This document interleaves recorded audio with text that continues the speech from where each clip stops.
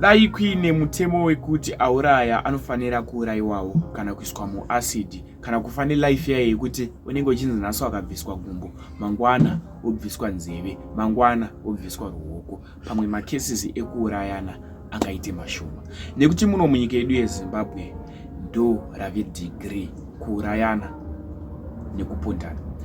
Nyaya ndinozomuzora nhasi inyaya iyo yaitika kumarondera.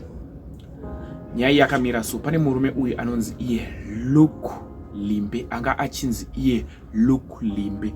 Luke Limbe murume iye anga aine 52 years. Chirwa kuti murume uyu anga nditori nemhuri yanga iriko kumba. Murume uyu ari kunzi iye anga achishanda panonzi paHills kumarondera, pahardway hombe, inova hardway hombe kumarondera inonzi iyo Hills. Murume uyu ari kunzi iye akabva nguva dzebasa zvikuma 6 mumanheru achiti akuenda kumba. Asi mukuenda kumba murume uyu mangwana makuseni akawanikwa iye ari pakati peRuziwi neAtherstone.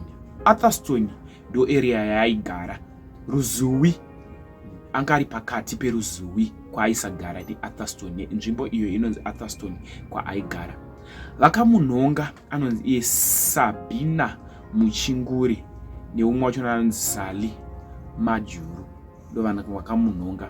Vanhu ava vakamunhonga vanotogora futi iko kunonzi kuAtherstone kwanga kuchigara Luke Limbe. After vamunhonga vakati zvimwe munhu afenda nekuti akawanikwa aine mavanga. Vamunhonga kudaro vakamhanya naye kuchipatara. Apo pavakasvika kuchipatara vakaudzwa kunzi mauya nechitunha, murume uyu afa. Kufa kwake murume uyu zviri kuratidza kuti munhu akafa achipondwa. Ndo zvinorwadza panyaya iyi. Zvaakawanikwa ainazvo murume uyu ari kunzi iye pavakamusecha vakawana murume uyu ane $9 pachipatara nelunch box yaive iri musechero. Ndo zvinhu zvainge ainazvo chete.